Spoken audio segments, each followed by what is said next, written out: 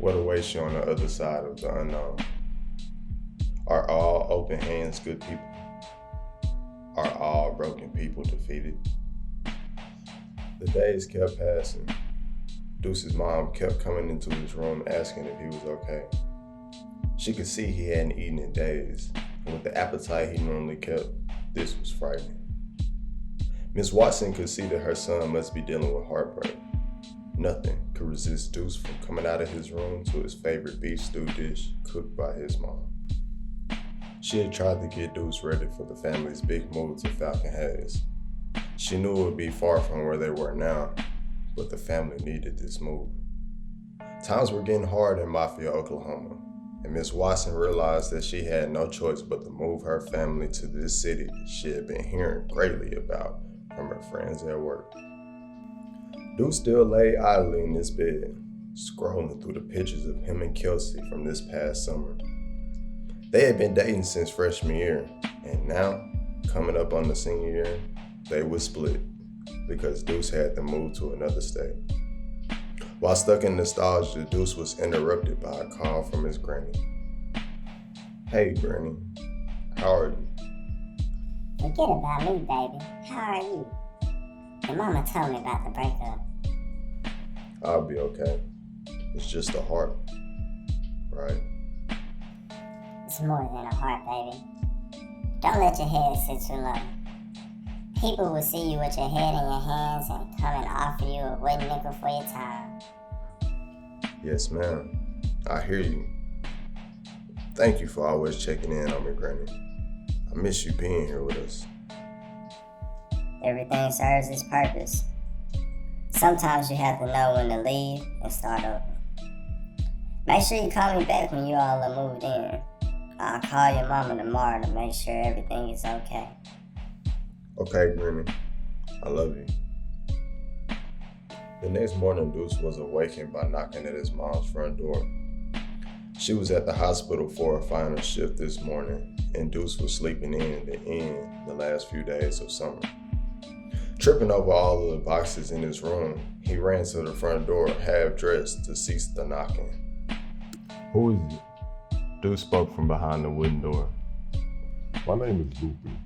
Your mom sent us over here to pack up your boxes for the move tomorrow. A soft-spoken voice from behind the door spoke. Deuce didn't recall his mother making any notice of a mover coming today, so he decided to make a quick call to her phone before any further actions. Straight to voicemail.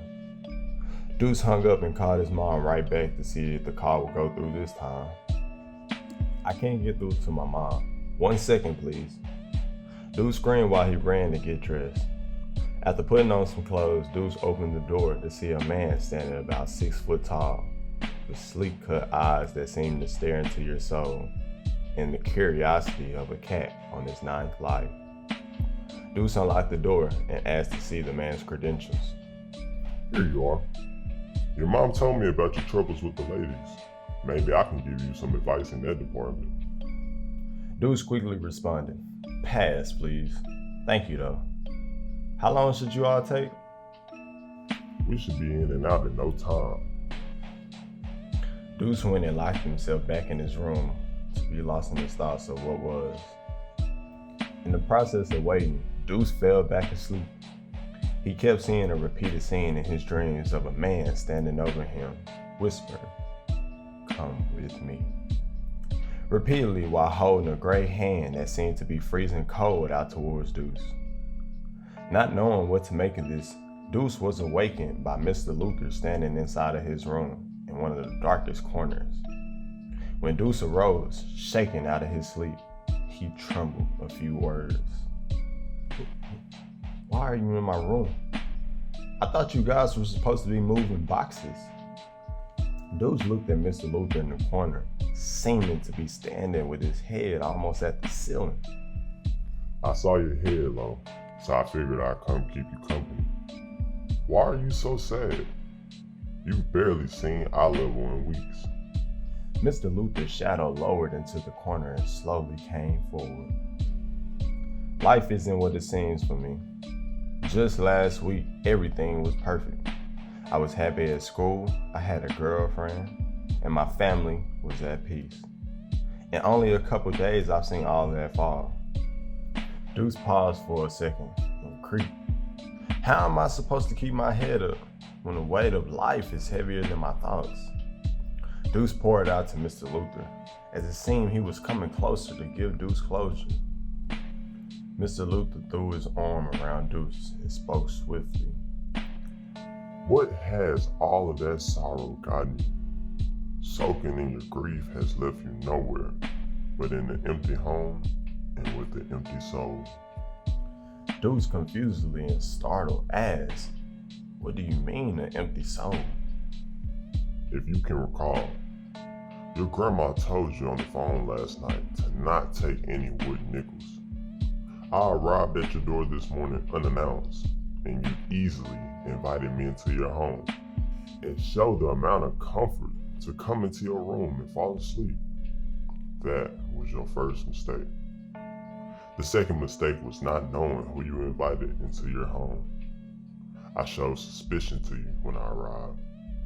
I could see the curiosity in your eyes, but the heartbreak overtook all of that and left you blinded once again.